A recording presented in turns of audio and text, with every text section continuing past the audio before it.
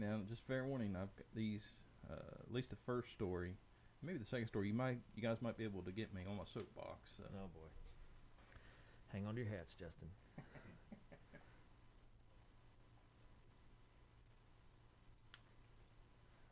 Welcome to Help Desk with Joe. This is show number 74 as we close in on that magic number of 75. And I don't even know why that makes me feel like we've hit a milestone, but I guess every 25 seems normal. But I'm just excited that we hit a milestone every week we do an episode, and cancel culture hasn't hit us yet. So. yeah. So exciting stuff here. Help Desk with Joe. Of course, we also have Justin with us. We're going to talk about 3 topics today and then have a product review. And as always, with us, Joe and Justin. Morning, fellas. Good morning. Okay, so today we're talking about 3 good topics, and you've already indicated that they will affect Justin and I in some manner, or could affect us in some manner.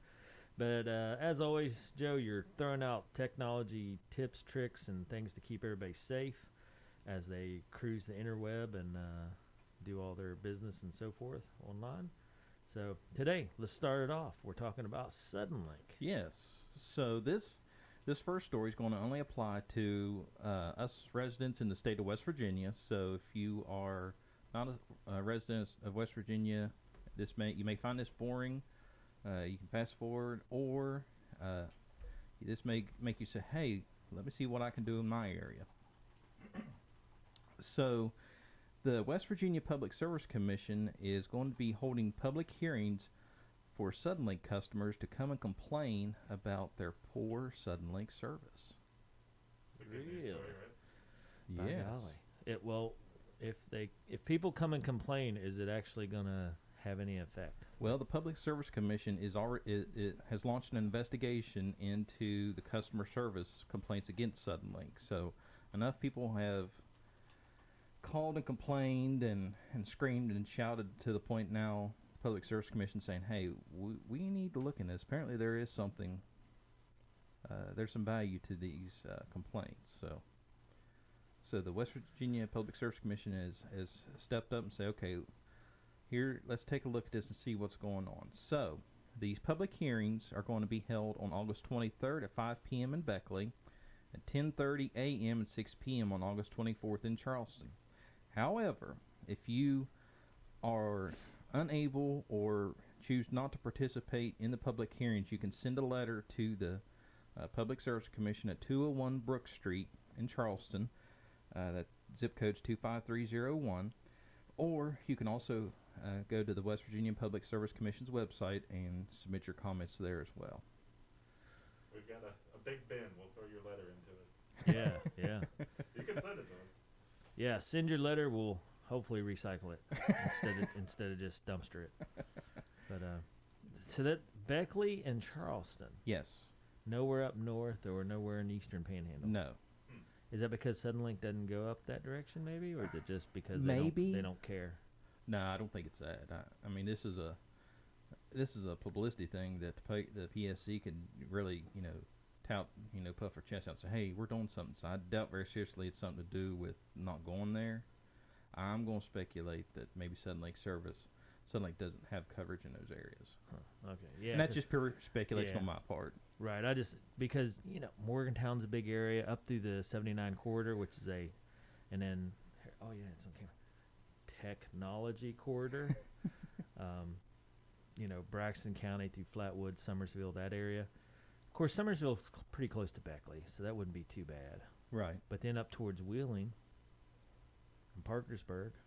Yeah, I know Suddenlink is in Parker. Well, you have Suddenlink and you have Cass in Parkersburg. Yeah, and then over towards Huntington, which, I guess Huntington could come to Charleston. Yeah.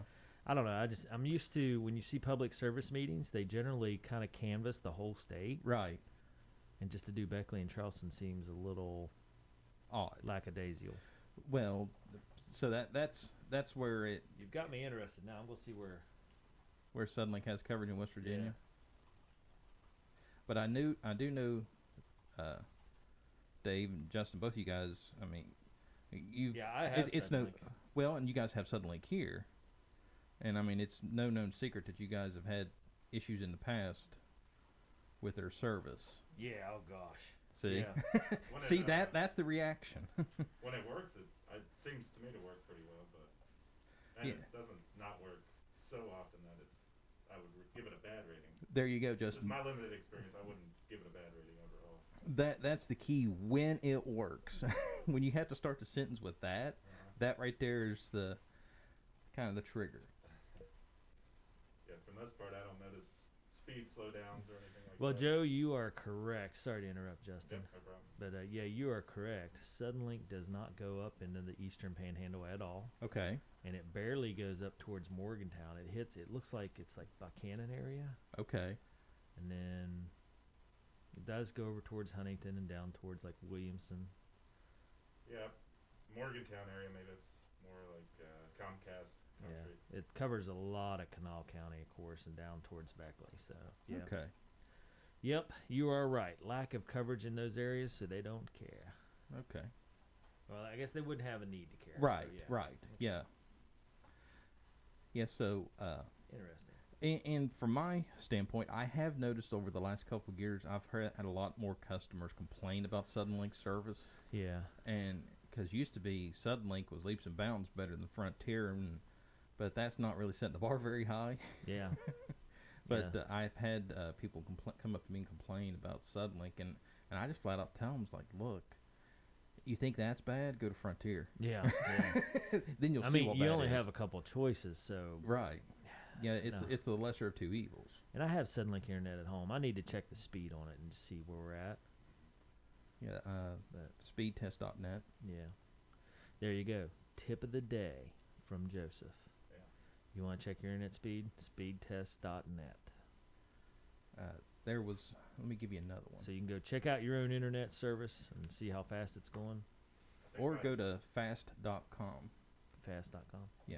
Okay. Actually do. Frontier, and he definitely has days where it's pretty much unusable. Yeah. Which is kind of frustrating. I want to try to watch a movie with him or something, and it just sits there and spins. He's like, well, maybe tomorrow. Yeah. So which one, Joe? I'm gonna put in. Actually, do both and do a comparison, because some of these. Speedtest.net. Yes. And fast.com. And here's Google does a speed test too, right? Yes. If you just Google speed test. Yeah, and here's why I say use more than one in your testing, because some of these internet providers have caught on and will adjust settings on their end. Really? To make it look like, yeah, you're getting your full speed, and then when you go to a different site that they haven't adjusted their settings for, you get the real speed. And luckily I've not seen it around here, but I've read online where people ran into that, and it's like, yeah, this one website says we're getting what we're paying for, but this other website that's just as reputable, yeah, and that you guys aren't monkeying with the settings on the back end, I'm getting my true speed, and it's not even close to. So what can you do if that's the case? Like, let's assume Justin and I go home this evening and we do both these speed tests, and it's not up to where it's supposed to be. Okay. What can you do? So here's where the little gotcha comes into play. Okay.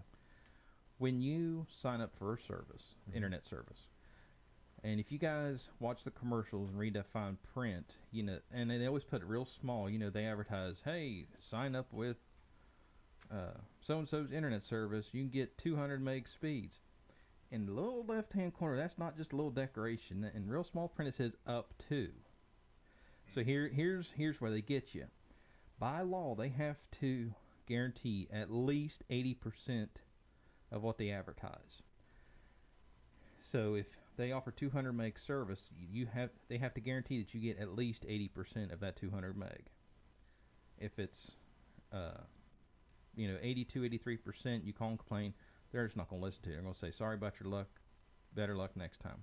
If it's below 80%, then they have to do something, because they're not, they agreed with you that they would offer at least 80% of what you're paying for, but if they're not, they have to do something. So 80%.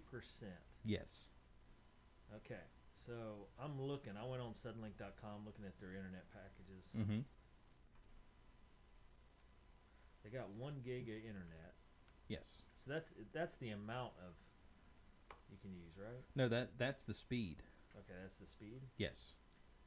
I'm not getting you in the headphones much, Dave. I was backed away from the mic. Sorry about that. Stop I don't yelling want to at miss me. a word. Justin's yelling at me. So. Justin's hanging on to every word, Dave. Yeah, that's unusual. So usually nobody wants to hear what I have to say. So I'll take that as a compliment. Well, no, Justin's wanting to make sure we're staying on topic. And if he can't hear you, he don't know if you're on topic or not. He's mumbling about something over here. It's probably bad. I mean, redirect. Yeah. Like one of the daycare kids. Redirect. Well, it's weird though because when I signed up for Suddenlink, I had two choices. Is 1 gig fast? How fast is that? Yes, that's 1,000 meg or 1,024 meg. Okay. I mean, how fast is that? Is that That's super fast? That's screaming. Yeah. So they're not even offering the less. Well, maybe hold on. Let me go down a little bit. Let's put this in way, Dave. With what's Frontier's pumping to my place, it's 1,000 times faster. Oh wow. Yeah. So they have a 200 megabyte per second internet that's cheaper. Yes. And why do they do the megabit versus like? Why don't they just say you can download 2 megabytes a second or something? Or the megabit thing is. That's just the way the data speed is measured. It's kind of like the miles per hour, kilometers per hour, that kind of setup. So it says wired connection up to 940 megabits per second. Yeah. Is that the fine print you were talking about? Is that 80% of a gig? Of a gig? No, I wouldn't think. Let me calculate. Yeah, 1,024 minus 20%. That would be 819. Would be the 80%. Okay, well they got wired connection up to 940, so it's just up to 940. Well, hardwired, yeah.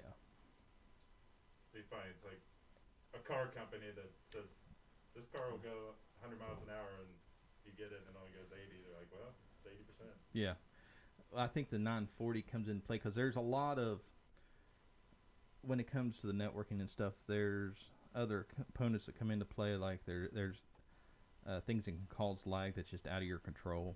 Yeah. So the 940 and a gig, it's kind of like, well, I'm just it's kind of like a hard drive. When you buy a hard drive, you buy, hey, look, I got a terabyte hard drive, and then you plug it in and you load Windows, and it says, oh no, it's an only 960 gig hard drive.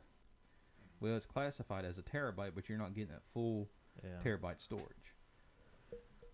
So where does this actually leave you?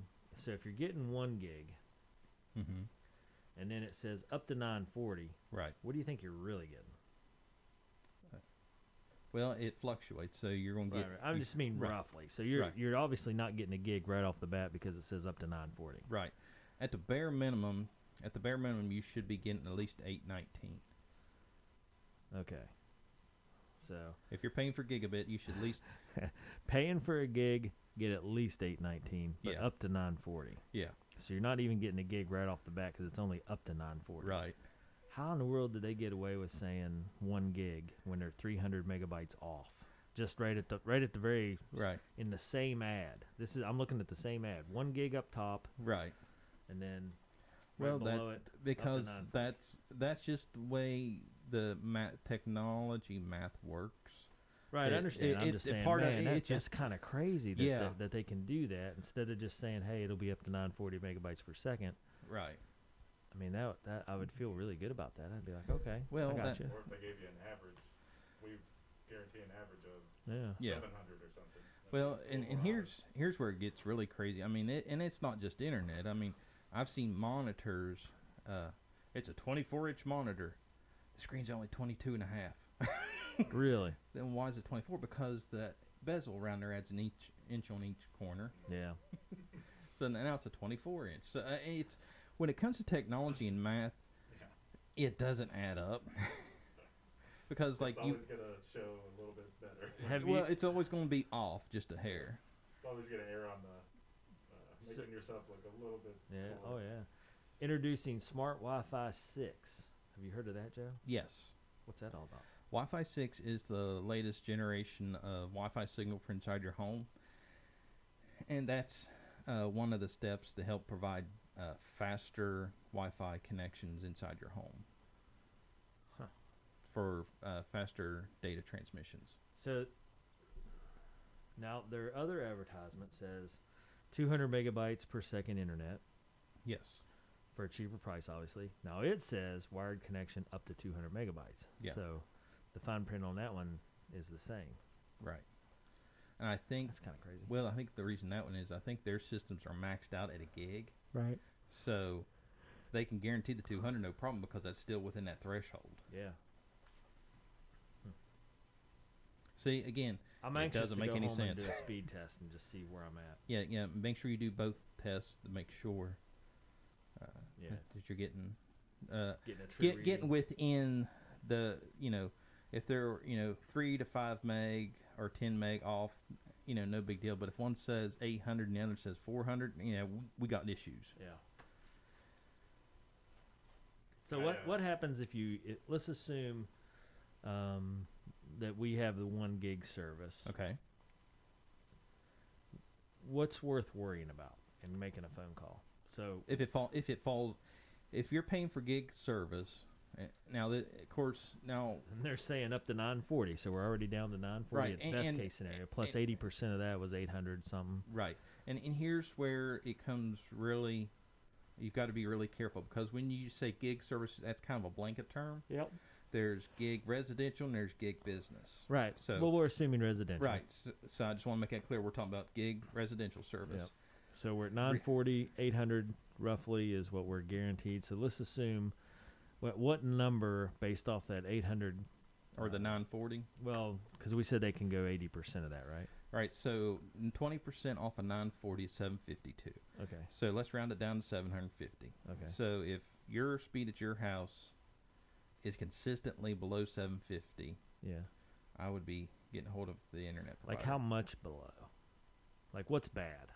So let me give you an idea of why I'm asking. Okay. I have no idea what any of these numbers mean. Okay. Like let's assume you're streaming Netflix. Yes. What will affect Netflix to slow down? Like what speed or what megabytes per second? And you're the only one home? Sure. See, I mean roughly. If it's just you at home, like is 100 megabytes? Oh, that's way overkill. If it's just you sitting in your house, right, and your laptop Netflix. or TV, whatever you're gonna watch Netflix, is the only thing connected to it, it'll run on 5 megabytes. Just fine. Really? Yeah. Okay. Yeah. The reason you need all this extra bandwidth is if you're either streaming a lot, and I'm talking like what we're doing live broadcasting, right. Or if you have a lot of devices or a lot of people at home. See, between you and the kids, so let's assume that I'm at home. Yes. And I'm streaming something. Yes. And Kale's playing his interactive video games. Okay. What would bog that? Would 2 of us doing that bog it down? And if so, what point would it be bogged down? Because I mean, here's what I'm saying. So you're saying if you're below 750 call, but I mean if I'm not using. Yeah, I mean, if it's at the end of the day, is it worth the call if Well, at the end of the day, if you guys aren't noticing any buffering issues, I wouldn't worry about it. So if you so that's the telltale red flag. Right. If you're doing your streaming stuff and video games or whatever, and you're starting to get buffers, then speed test and call. Right. Yeah, that's kind of the thing. I mean, I don't know very many people that actually just monitor their internet every day just to see what the speed gets to. I mean, some people do that, but that's just. Well, I mean, I guess so. The flip side of it is, I'm paying for high-speed internet if I'm not actually getting it, even though I'm not using it. Should I call? Yeah, because I mean, or should I back down a package and be like, "Never mind, I don't need all that." Either way, because I mean, if it goes back to you get what you pay for, and why am I going to pay that extra $20 to get this faster speed if I'm not getting it? Right. So it's kind of a two-edged sword. Even if you don't need all that speed, and if that's what you're paying for and you're not getting it, definitely call. Okay. But then if you're paying for a speed and you don't think it's quite fast enough because you're getting a lot of buffering, then definitely do a speed test to see what the deal is. That makes sense. I mean, don't fix it if it's not broken. Right. So if you're not seeing buffering or anything, but I guess if you're one of those folks that are like, I'm paying for it, I want it regardless of using it. Right. Then maybe speed test either way. But and 9 times out of 10, usually when people complain about the internet is when they recognize that there's a speed issue is when they get a lot of buffering. Yeah. And that's usually the the straw that broke the camel's back. I would think the video game thing would be kind of high speed intensive. It is. So what's a good speed for like interactive video gaming? It all literally depends on the game, and the games themselves will give you bandwidth requirements. Right. What's the most popular you think out there now? I know Fortnite used to be the big deal. As far as okay, Dave, you're talking to a guy that still Yeah, thinks I Mario I is. have no idea either. I'm just saying if you know. So I just speedtest.net our internet here, which I know is Suddenlink. Mm-hmm. 80 megabytes per second download. There you go. And we have the commercial. And see, it went up. 7.9 upload. Yeah, because see, I just did it a little bit ago when we first started talking. I was getting 65, so see, it fluctuates. I did a quick Google and somebody saying you want at least 25 megabits per second for gaming. You know, assuming that's all you're doing on your. Right. Well, but you also have to factor in. You have to see what your upload speeds are. That's where it plays a big role as well, is how fast your upload speeds are, because that's where the gaming component comes into play. Because if you're streaming Netflix, yeah, you'll need a little bit of upload speed, but not as much upload speed as you would playing video games. Yeah. So I went to fast.com just to do a real-time test, and 458 download, 7.2 up. Now I go over to speedtest.net, and it was 80 download and 7.94 Okay, up, I think you might have been looking at the wrong. What's the big number right in there? It says your internet speed is on fast.com. Okay, 62. There you go.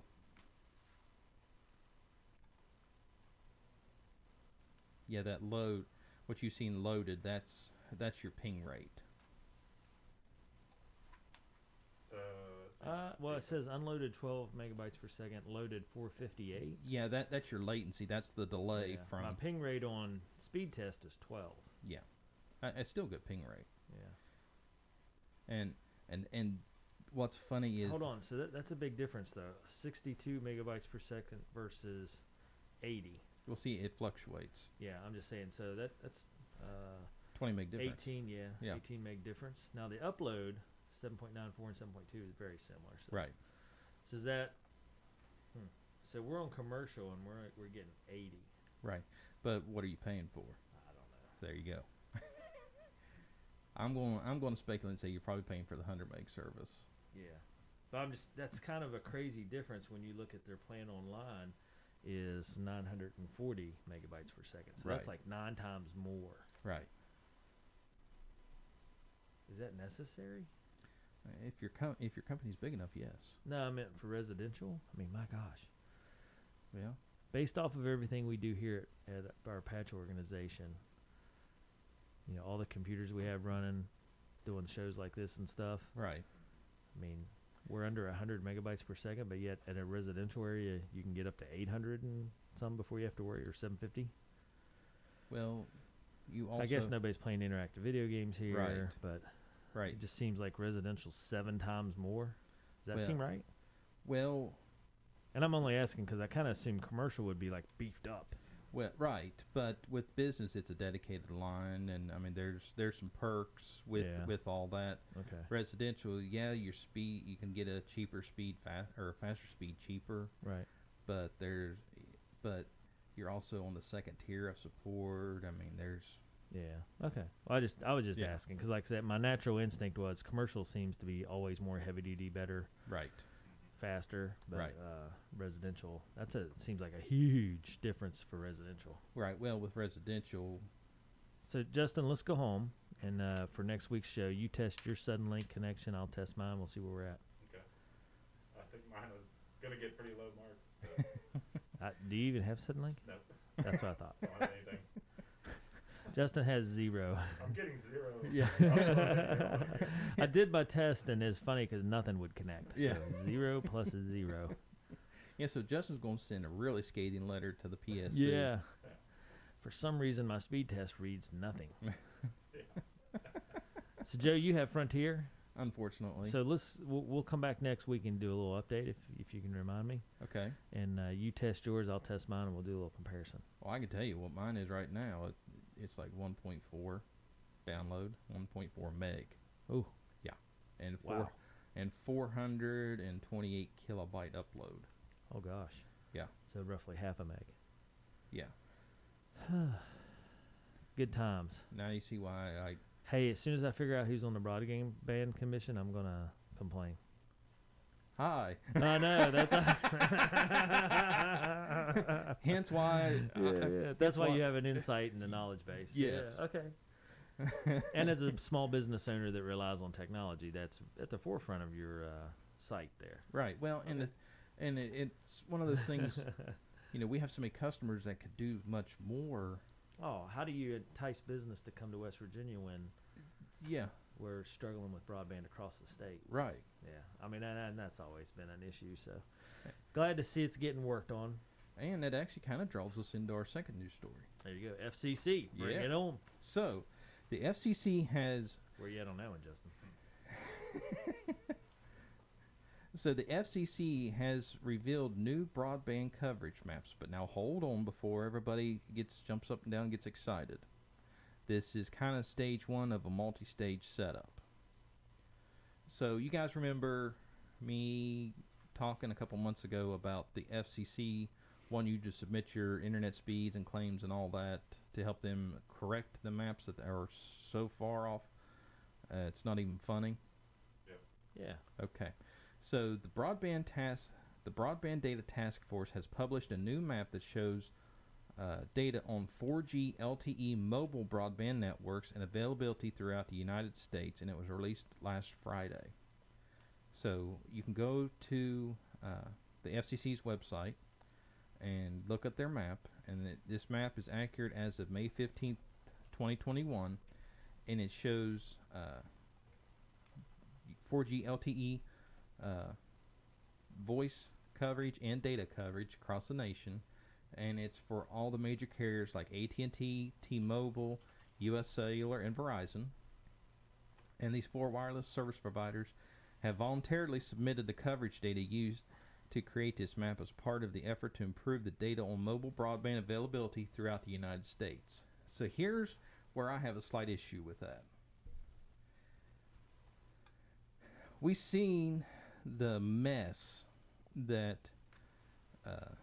the FCC got into with relying on the accuracy of the broadband providers' maps for decades. Now all of a sudden, they just said, okay, AT&T, T-Mobile, US Cellular, Verizon, send us your maps. We trust you. Yeah. What? Yeah, clicking around on the map a little bit, it makes it seem like Verizon has more coverage in Spencer and the surrounding area than any of the other ones. Which I know for a fact is not true. Because at 119, you basically drive past our office and you lose Verizon until you get to Clendenin. Yeah.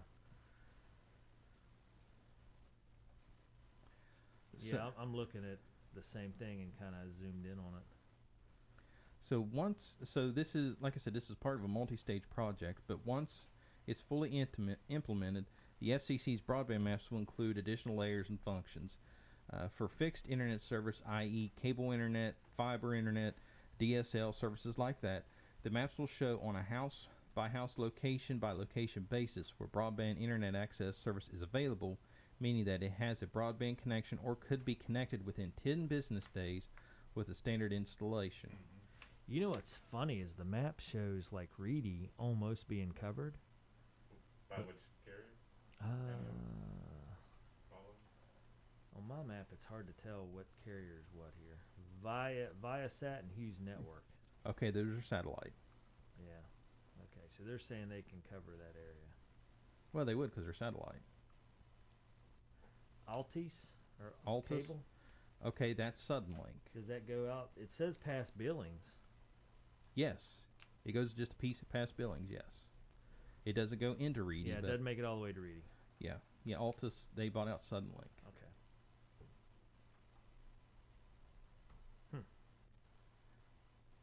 So the They're saying 400 megabytes download.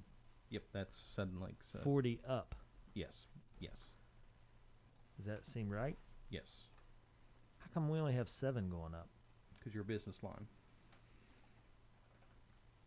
And you may need to look at your contract because that because at that time, Well, I just mean 40 seems a lot. it is.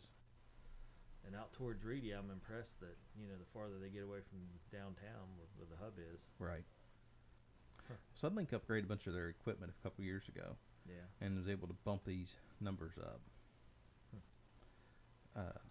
So the FCC will standardize location data through the use of broadband service location fabric, a common data set across the United States where mass market fixed broadband internet access can be installed.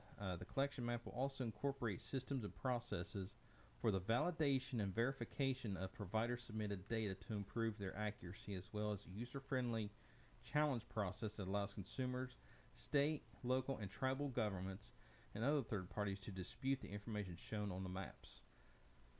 So once this is fully implemented, I'm ready to dispute because it's showing City Park has 1,000 megs download right here next to us. Okay. And right in front of us has 500. Okay. Why does the park have 1,000 meg download? Or capability? Yeah. How's that possible? Well, they've upgraded their equipment. That Suddenlink came through and upgraded their back end a couple years ago, and to City Park though. How does the park have it? Well, it's just the way the hub works. Huh. And you're also got to think you're going out 119. You've got the board office across the street, and it's going to be going out to, and that's the main line going out to the primary center and to the high school. Yeah. Okay. And they've also that makes sense. The board office would probably have better, and that's where the board office well, is. and here's something else. That may be part of the inaccuracy, where Sprint paid for fiber optic line all the way down 119. Yeah. But that's where they also suddenly says that I can get internet service, and I've signed up twice, and I had two different trucks come out and look at the pole between us and our neighbor and go, there's a junction box that you can't touch it. Why? Because Sprint paid for that. Yeah. Well, then why does your map say that? Oh, well, yeah. Okay. So the FCC. So what can the average person do? You might have already covered that. I was busy looking. So as of right now, you can at least go on the website and see if there is any kind of cellular coverage for data usage at your location, because you can type in your address and see what's available. Yeah. And eventually, the main goal is from the FCC to be able to provide a map that you can punch your address in, and it'll give you a list of what internet providers are supposed to be available at your location. And in my case, since Suddenlink advertises and says that they can service my home, but they can't, because they've told me they can't, I can go on the FCC's map and file a complaint that says, hey, they said they could, they told you that they could, they just told me they can't figure it out. And they can handle it however they plan on handling that. Enter that complaint right there on the map? Or do you need to go to a different... Well, they don't have that part rolled out yet. Okay. So here's the funny thing. You're right, Joe. My house out Charleston Road, which is past you. Mm-hmm. I just put in my address and it says, I'll pick a bundle. And I know for a fact I cannot get cable internet. Yep. But it's letting me go online saying that I can. Yeah, because I was told for $39,000 where it stops, and you know where it stops, don't you? Yeah. Yeah, they said from there to my place was $39,000. They'd run a fiber optic line. Yeah. And I said, you can run a fiber optic line, but not for me. Yeah. It's kind of crazy that there's that gap. There's like a 3-mile gap. Yeah, because I told him, actually it's 2 mile measured. 2 mile gap, yeah. Because I told him, I said, look, you have zero competition for 2 miles. Because I stopped at your place and said, look, here's 2 miles of nothingness. Yeah, I'm right at the end, which is kind of crazy. I can see the pole where it comes to. Yeah, because we was both on the end. I was on one end, you was on the other. And I said, look, here's 2 miles of no competition. I said, I could take an afternoon and get papers signed by everybody through here. Oh, yeah, and that 2 miles has a lot of houses. Yeah, and a couple businesses. Yes, yours included, yeah. Yeah, you're right. I'm not even including mine. Well, you have at least 3 businesses right there close to you. Yeah, and so I was like, look, I could take an afternoon and... 4 businesses with the body shop. Yeah. I was thinking as I went down the road. That we could, I mean, at least 4 businesses. Yeah, that we could make this happen. And the person on the phone's literally response to that was, do you have any cul-de-sacs? And that's where you answer yes. Well, we have lots. Send your trucks. Yeah. Let's go. My immediate thought was, if you're asking that question, you've never been to Spencer, West Virginia. I'm sorry. Yeah. So I asked her. Well, it's just frustrating because Yeah. I mean that's a one-time deal for them, Yeah. and you get. And they said, well, it cost us a lot of money. I said, yeah, but you'll make a lot of money. You don't understand. You have no competition. Yeah, and you period. get constant service from every house down there from here on out. Yeah, and I'm not talking just internet. I'm talking about TV as well. I mean, it's a no-brainer. And then I told him, I said, we don't have a cul-de-sac. I said, but I have a trailer park, like right up the road from me. Mm-hmm. Well, that doesn't qualify. So that's the best I can do you for. Yeah. I mean, it's crazy. 'Cause Yeah. It's a main thoroughfare through into Spencer from Charleston, and it gets ignored. Yeah.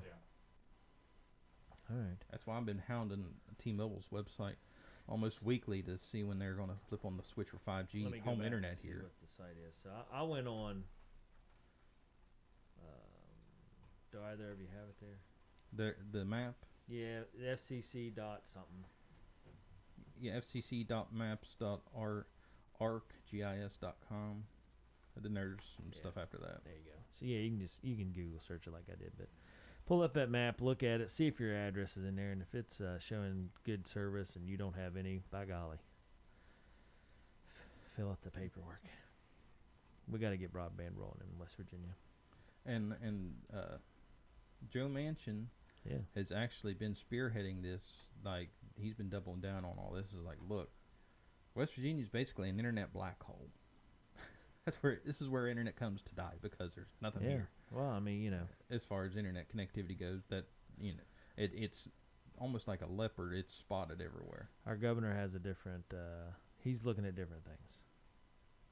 That's part of the problem too. Well, let's see if he can do it. We can have him do it for Baby Dog. There you go.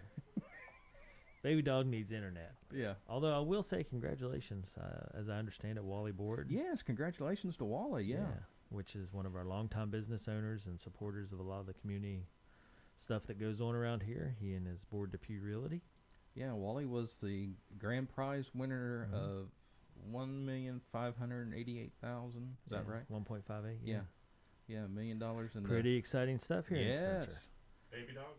Yeah. Giveaway? Yes. Yeah, he was the grand prize winner. So the only bad thing I see about this is poor Wally's going to find relatives he never knew he had. I think, Wally, if you're listening, we're related. Yeah, Uncle Wally. Uncle Wally.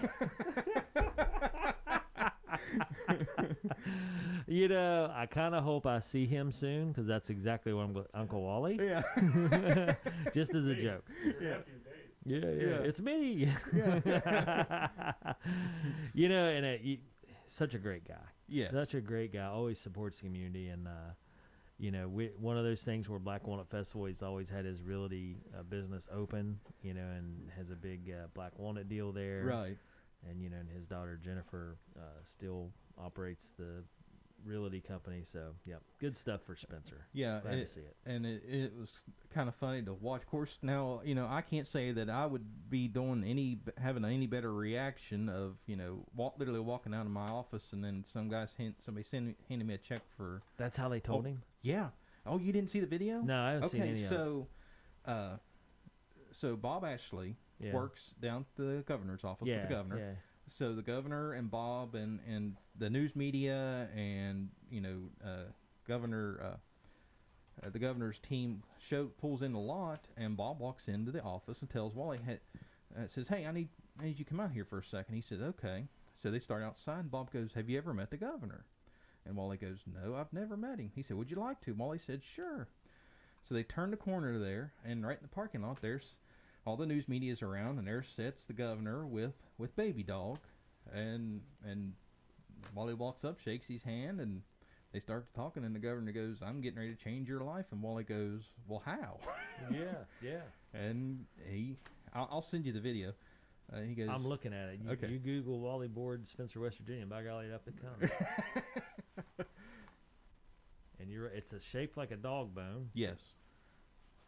With Baby Dog's paw print on it. Isn't that something?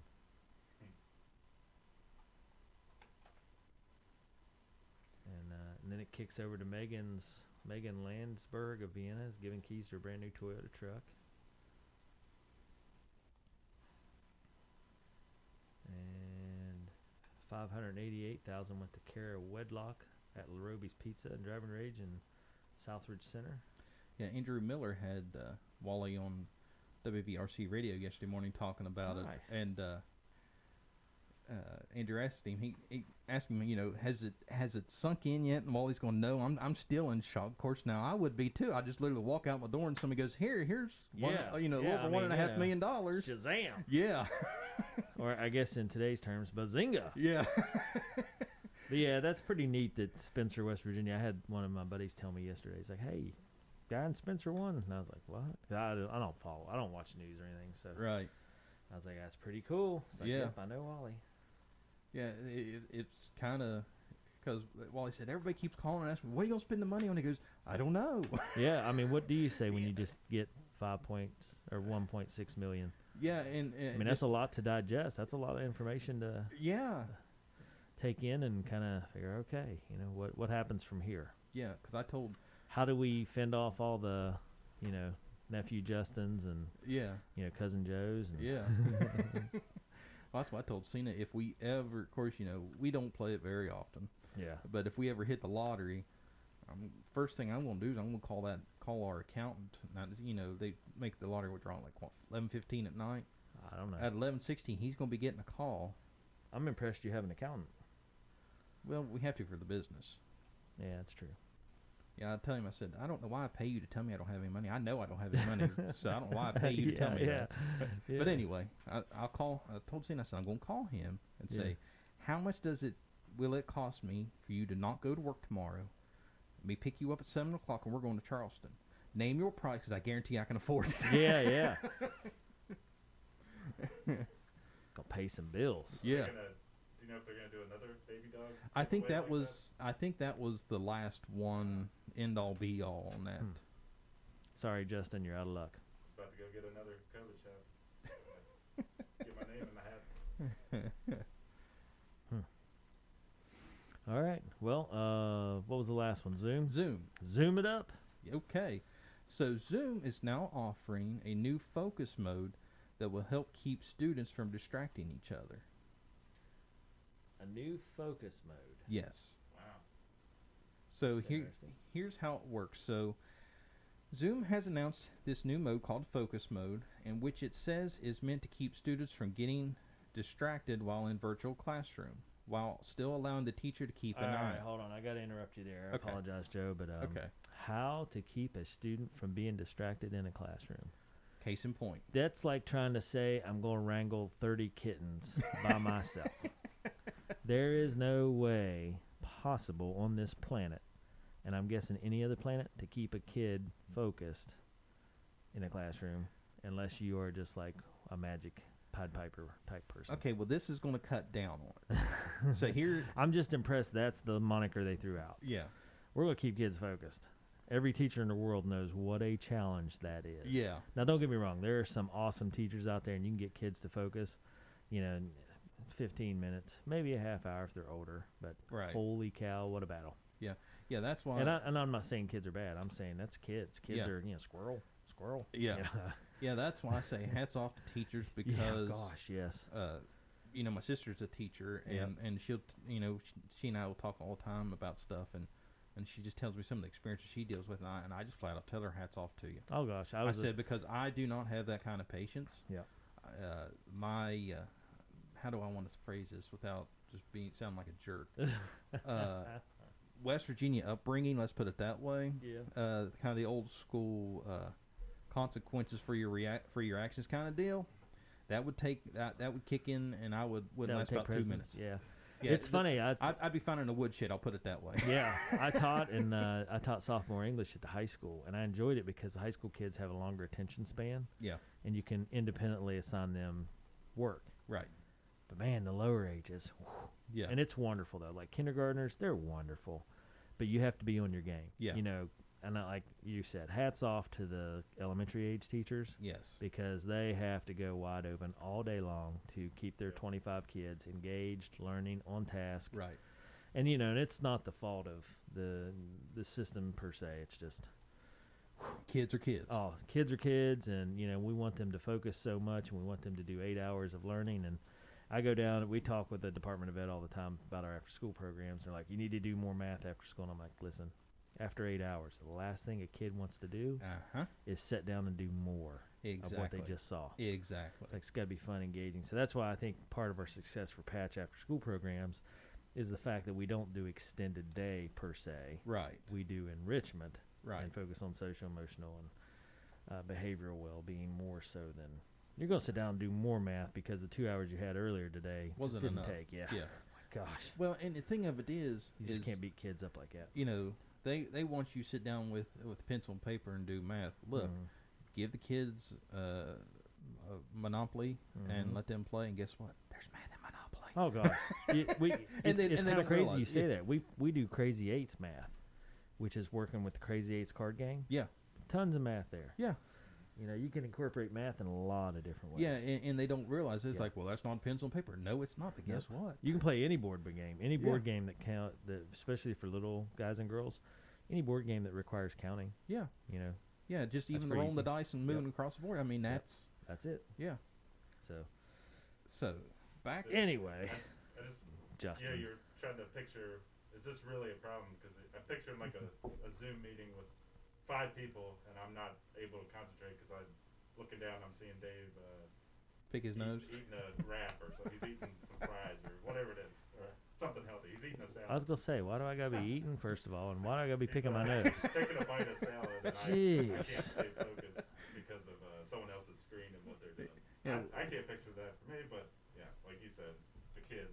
Yeah. Any sort of movement, weird. Well, I mean, if you're a teacher with 25 kids, holy cow. Yeah. And virtual. A big Zoom meeting. Yeah, that's what I mean. I don't know how that's even a thought. Who says, you know what we need to do? We need to try to figure out how to keep I mean, that's an ultimate goal. It's a great goal to have, I guess. Right. So anyway, so Joe, how are they trying to do this? Okay, so when activated, focus mode will make it so the meeting's participants won't be able to see each other. But they'll still be so they'll be able to see the host. So it's more like one-on-one. Yes. So the teacher can see all the kids. Yep. But I can't be distracted by Justin sitting there, you know, juggling balls and Why can't he be picking his nose? How come he gets to do something cool like juggling? I can juggle. See, that's why. I can juggle. You can juggle? Yeah, I do the fancy juggles. Like have a juggle the invisible ones? No, I'm juggling four balls and a tomato right now. I can juggle for real. One-handed. I can only do 3 though. Same. Some people do 4 or 5. I can't do that. Anyway. Well, seems like a decent enough. Yeah, I mean that's smart, I guess. Yeah. Because if they can't see each other, then they would be. Yeah, it would cut down on the. You kind of lose the face-to-face context of Then you could turn it off and then allow the students to interact. Yeah. That's true. You can talk and you can turn it on and off as needed. Yeah. Nice. But yeah, because I mean it cuts down on the class clown a bunch. Oh gosh, yeah. when you have no audience. A couple weeks ago, we just had a bunch of training with 21st Century, and I find it kind of awkward sometimes if it's supposed to be a presentation and you're just kind of also seeing just random people's faces, and it's kind of if you're not talking to them, what's the point of it? Why look at somebody as they have a deadpan stare at the computer screen? Well, and I'm not talking about that presentation, but just any presentation in general. If you're sitting there and they're going like, really, and you roll your eyes, 30 people just saw you roll your eyes live. Or anything, you know. Yeah, you can't sit in the back of the auditorium and just going, what's this knothead talking about? Yeah, and I get self-conscious because, like, you know, I keep a water cup beside my desk all the time, and during some of those presentations, you know, I'm sitting there taking a drink of water, and you know, Zach or somebody walks in the office, I'll talk to him, you know, because I have my mic muted, obviously, and just as the presentation goes on. But, you know, and I always feel like I look weird because, you know, I'm doing work while I'm doing the presentation and stuff. Right. And the presenters got to notice that. They have to see it and be like, yeah, that guy's... He's the reason he's got half an ear on here, and you know, and he's talking to people off screen. He's drinking, not drinking, but you know, drinking water out of a cup. So, yeah, he's not focused. But you know, it's so hard. Right. If you're sitting in person, you kind of feel guilty because you're sitting there. Yeah, you have to pay attention. Yeah, and you can't really talk to anybody. But right. Zoom, I got that mute button is amazing. Yeah, I see, because that's what I have a problem with. Because I admit I have a very short attention span the way it is. I mean, it's scary at times how my mind trails off, and I had no idea that I'm even down that path until it's like too late, and I'm going, okay, what just happened, and what did I miss? And yeah, okay. Well, that's good on Zoom's part, trying to help out, trying to help keep kids engaged and focused, and taking away distractions. Right. Okay. Yeah. All right. And not having to look at people's deadpan stares. Yeah. Or at least each other's. Right. The teacher still has to endure that. Right. Poor teachers. I feel so bad for teachers. Gosh, they get just get beat up. It's crazy. All right, so you got a product review for us today? Yes. Nothing fancy, so don't get too excited. Did it come? Did you bring it with all the cords and stuff so we can borrow it? No, because it's just a cord. So. Oh, jeez. Okay. Hold on. Unless this is a cord that'll speed up Justin's power bank, then Yeah. I think that's kind of a lost will it cut his charge time for his power bank down from 2 days to anything less? Yeah, probably like 1 day and 23 hours. Oh gosh. Justin, that whole hour is yours to do whatever you want with, buddy. Yeah. All right, so what you got for us today? Okay, so today I'm reviewing the ZOZO 90W AC laptop charger. And this is a universal laptop charger that comes with 16 different connectors for biggest majority of laptops. So if you want a extra charger or you lose your charger, if you go to the manufacturers, you're going to pay well over $100. And that's just the way it works. But we sell these for about $40. Oh, you didn't ask us. I'm sorry. Come on, man. For about $40, and we can get you set up with a universal laptop charger with has 16 different connectors that works with most laptops, depending on the brand, the model, and all that. So here's my question. 16 connections. That sounds like. Yeah, that's amazing. Good coverage there. So here's my question. Okay. It used to be that the laptop charger was pretty specific. Yes. Has that changed then to allow this to happen? Like, is this? I'm assuming that all new computers kind of have a universal type of charger. Yeah. Yes. Okay. Yeah. That, like I said, they have 16 different connectors, and it pretty much covers the biggest majority of laptops. Because, well, I just mean, like, does the amount of charge it throws in not affect? Like we used to, I know, and the only reason I know this because Joe, you've set up all our computers across our programs, and back when we had like 20 some sites, right? We had 20 laptops. They took different chargers sometimes because we'd do like a batch of 10, and then you know, whatever was on sale. The next time we did it, we got a different 10, and the chargers didn't overlap. Was that just because of the connector, or is it because the amount of charge the charger? It could have been a variation of both. Okay, so that's what I'm saying. So this universal one now, so most laptops are. Yeah, most of the laptops nowadays have a standardized connector. Yeah. And the amount of charge output. Yeah, unless you have like a gaming laptop or things like Something that. Like that. Okay. And because that's why I read the reviews last night, because I've used this brand of charger for quite a while. Actually, it's what I use on my workbench. And that's what made me think of that, because it used to be when you would work on our laptops and stuff, we had to send the chargers with it. Right. Now, you haven't requested that for a while. Honestly, there's still a few rare occasions that when we have somebody drop a laptop off at the shop for us to work on that I have to use their charger. But most of the time, I've got a charger that works for them. Yeah, I mean, if you have one like this with 16 different connections, by golly. Yeah. So I was reading the reviews last night, and a lot of people was having issues with, and again, this goes back to you need to read what you have before you just go randomly buy, because there was people complaining that this thing only charges the device when it's turned off, or it's not charging it at all, and because it's a gaming laptop. Well, there's your problem.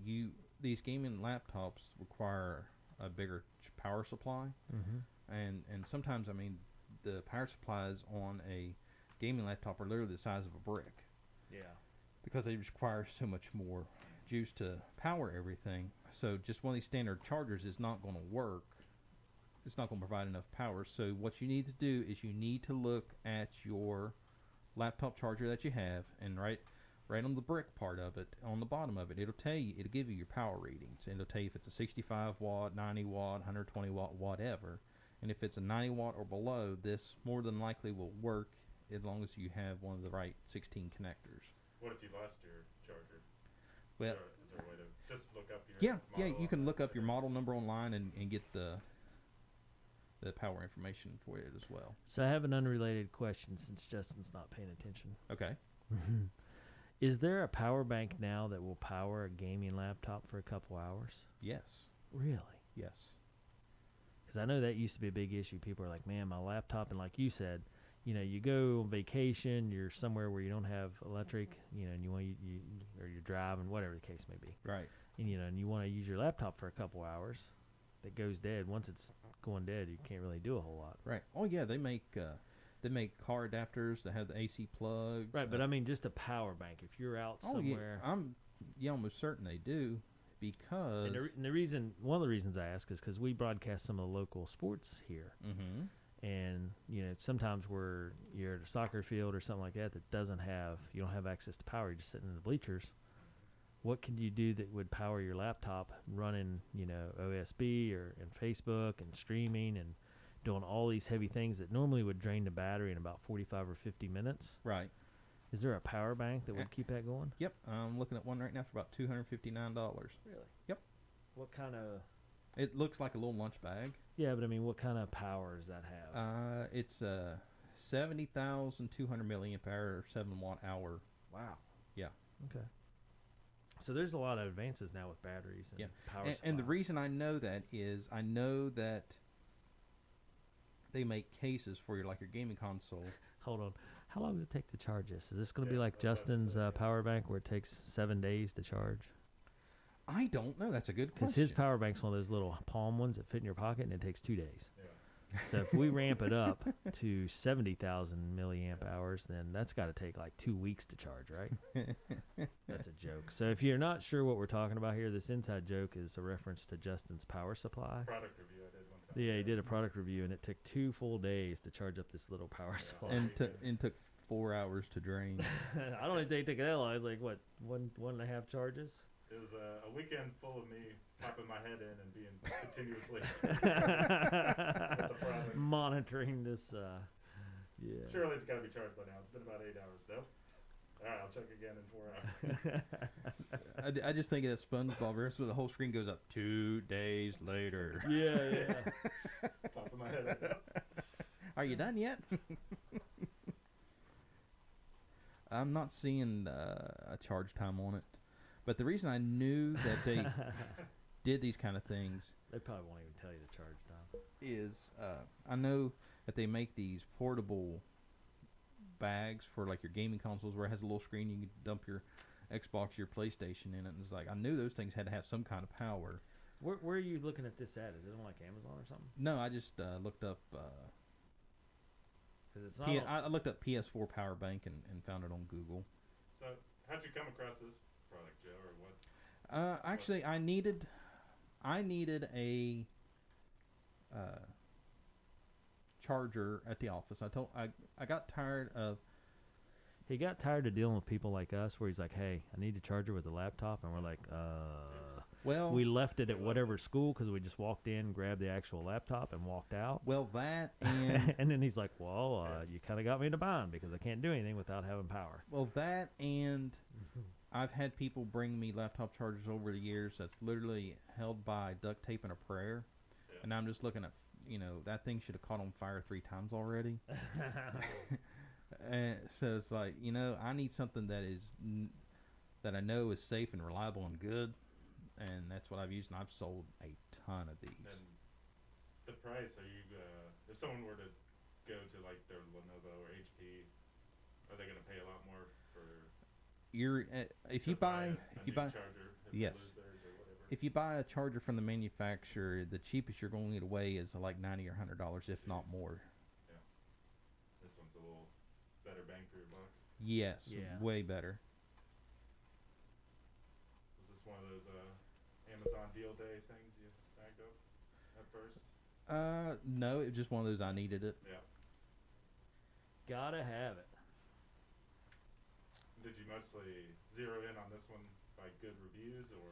Yeah, the reviews. Probably a lot of different companies that make the same sort of thing. The reviews and the type of connectors it had. That's what really sold me, was the number of connectors, and it actually came with the rectangle Lenovo connector. Although Lenovo's moved over to USB-C now, but at the time they had their proprietary rectangle connector, and that's what really sold me on it. Yeah, it's funny. Just looking at it, all the connections except for the one, they all look pretty similar, but yeah, there's just all different, slight variations in size on them. Right. Yeah. You know, we both have Lenovo's here in the studio, and these are two totally different connections. Right. You have the flat one. Yeah, I had the USB-C. Yeah. And yeah, this is. Yeah, you still have the regular circle connector. Yeah, I'm sure this one's totally different too. So we got 3 totally different connections right here. Yeah. Yeah. But this product would be able to fit all 3 of these, no problem. Not mine. It does not have USB-C. Okay. Really? Yeah. How does it? Are you sure? Dave, I thought yes. I looked it up on Amazon and it said it did. Not that one. Man, you got robbed. No. I know, it's always nice when someone that doesn't know anything about technology, Trust the lecture. yeah, it gives you the technology speak. Yeah. Technology splaying. Listen to us, Joe. Okay. Yeah, Joe, come on, let me help you That's out, why I buddy. have a- I looked at it on Amazon. I watched the YouTube video. I'm an expert. Yeah. One YouTube video So you later. guys have not gotten me on my soapbox yet And today, you're I poking know. the bear both. You're like you're double teaming me. Yeah, and I'm practically certified. You guys are really Hey. testing. And I read a review on Amazon that says so. Yeah. What was I seen a shirt one time that said you guys are testing the limitations of my medication, and I'm not medicated, so. Yeah. That's a good one. Yeah, I heard, Joe. That's another one. Somebody told me. So. Yeah. Yeah, Joe. It's got to be true. It's on the internet, so it's got to be true. I think I saw it on Facebook, and it was part of a meme, and I don't even think it was funny. Yeah, that's why I feel so sorry for doctors. Everybody just now does a Google search, and I will admit I do Google search if I'm having an ache or a pain or whatever. But I also check multiple sources, and I check the reliability of the source that I'm reading, because a lot of people, they'll just. Now, Joe, that's just crazy talk. You don't need to do resources. This isn't high school English where you have to have a resource page. Surely, if it's online, it's true. Yeah. When you search the interweb, you get what you get, and you don't get upset. Yeah. Yeah. So these people go in, they've got a splinter in their thumb, and Hank's medicaltips.com says Yeah. I've got some kind. Let's put it into context that applies to you, just because I really want to rev you up here. So, how often does somebody come in your office and say, I already know what the problem is because I looked it up on diagnosis online, and you just need you to do this, Joe? Does that happen a lot? Yes. And to the point of, well, I know what's wrong with it. Well, if you knew what's wrong with it, then why you having me bringing it to me? Yeah. Because it has to be this. Let's put a number on this. Like, how many times a week do you get someone comes in that tells you how to do your job? More often than not. You got a little not. snappy with the lady one time who kept coming in, and you're at some site working on getting something. Oh yeah. Well, why aren't you doing it this way? And you're like, lady. Because they had a huge issue where we had to take everything offline, and I was told how to do my job, and I basically told her that I can do one of two things. I can either do my job, or I can put everything back the way it was and leave, and that's your problem at that point. Yeah, I try to be an easygoing guy, but there's a lot of people, and you two knuckleheads are not helping this at any point right now, and just poking the bear. Well, we got to have some fun. And it's bad I got to throw Justin in as a knucklehead, because you and Justin are usually on the same kill on this. Well, I'm pretty sure we kind of outlined his role in this deal was to keep us on topic and not on our soapboxes, and so far has been... yeah, Justin's going... If we were going to give him a 5-star review, it'd be like a half a star. Yeah, at this point... Now he's participating. Yeah, Justin's going, here, Joe, here's a soapbox. Okay, so that happens quite often. You get tech-splained. Yeah, I literally just had one last week. Oh gosh. There was a networking issue, and the end user said, well, it's got to be this. It's this piece of equipment here. It's got to be it. And I'm going, no, there's like 3 different options that could be going on here. So I checked where I knew the break could be, checked it, everything, and that's where the break was. So the issue was on the other end of the line. So I fixed it and got everything back up. So they asked me, said, "Hey, did you get it fixed?" I was like, "Yeah." "It was that box, wasn't it?" And I said, "Nope." "It wasn't?" I said, "Nope, it was the line. It wasn't the box itself." "Oh." Yep. You're welcome. Have a nice day. Yeah. Well, I mean, all in all, overall, we've got great customers. I mean, I can't throw all of them in a bucket and just say, 99%. Yeah, I mean, it does not matter unless you're a hermit that you just don't deal with people. Period. You're always have that 1% of just knuckleheads or pains in the neck that just make you just want to strangle them. And that's just dealing with people. And you guys see that way more often than I do. Well, since Justin's not going to do it, I will. Let's get back on topic. So let's talk about this universal. The pros and cons. Power source. Yeah. What's some pros? Okay, so the pros. Good job, Justin. The cost. I mean, it's literally at least half the price of a name brand charger. The number of connectors it comes with 16 connectors, and the ease of use. Literally, the connectors just slide on and off. So if you don't have the connector you need, you just slide it off, slide a new one on, try it, and away you go. Have you lost any of them yet? They look not very yet. Losable. They look no, because the first one I got, I kept losing connectors, so I bought the second one and kept the box that the connectors were in. Smart thinking on my part. And knock on wood, I have not lost a connector yet that I know of. Yeah. I was gonna say Sadie hadn't had enough time with it yet. That's all. No, she's usually pretty good at not messing with my stuff on my desk. She's gonna need to charge something and be like, "All right, I got this." And you would have lost your charger. Yeah, but here's the thing. Or not your charger, but your power supply. Yeah, but here's the thing. The stuff she needs charged. Yeah. It's either Cena already has a charger, or she's got her own charger, so we don't have to worry about it. Okay. So old Dad doesn't have any cables to help her out. Gotcha. Okay. Is that all the pros? Yep. Cons? Cons. No USB-C connector. That one's, I mean, that's kind of a pain in my side. I imagine you've got a few of those sitting around, though, right? Oh, yeah. You got plenty of USB-Cs around. Yeah. I mean, it's the USB-Cs are still fairly new. So, I mean, it's not completely industry standard yet, so I kind of get it why they haven't upgraded their model yet to have throw in a USB-C connector in it, so I get it. So I'm not really going to hit that too hard. But maybe I'm looking at a different one. I'm just looking at a ZOZO on Amazon that does have it, right? So some ZOZO does offer. Some ZOZO. Okay, you must have a newer model, because I even looked last night and didn't find one. So I even looked up ZOZO with a USB-C and got nothing. See, I thought I saw it on. I looked it up too. Is USB-C the flat with the yellow tip on?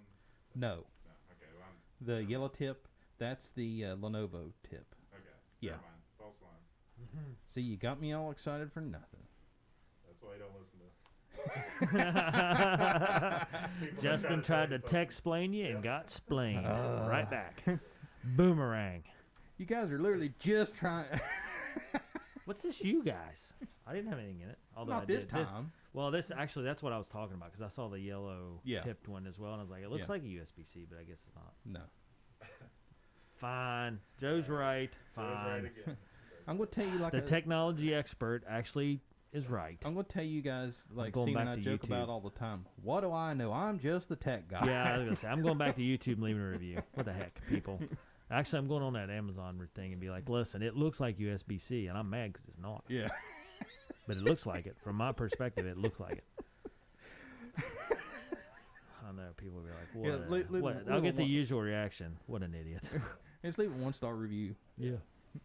They'll be like, yeah, that guy doesn't know anything. And just a heads up, the connector will fit, but it will not charge. It's not compatible with some laptops. Case in point. Yeah. And I've seen this more with Dell branded laptops, because Dells are just jerks like that.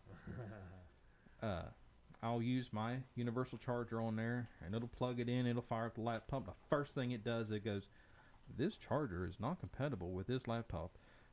Your laptop may or may not charge with this charger. Okay, going in and it will not charge it because some laptops, Dell in particular, they have a little extra pin inside their charging connector.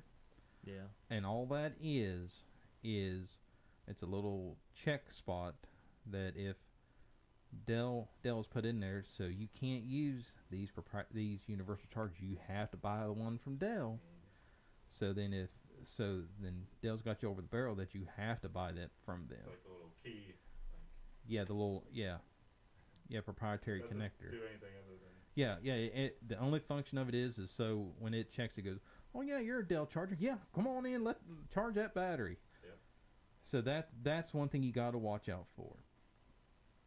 And that's nothing against the charger, so I'm not holding the charger responsible. I'm calling manufacturers out on that nonsense of literally there's no benefit to that other than, oh, this isn't one of ours. So, and they claim that it is for safety reasons, and I will give them a little bit of credit. There is some possible safety issues involved if you're not using the right type of charger, but biggest majority of it is, oh, that cheaper charger, that's an inferior charger. You need to buy our $120 charger because we guarantee it works. So they're taking a page out of Apple's Yep.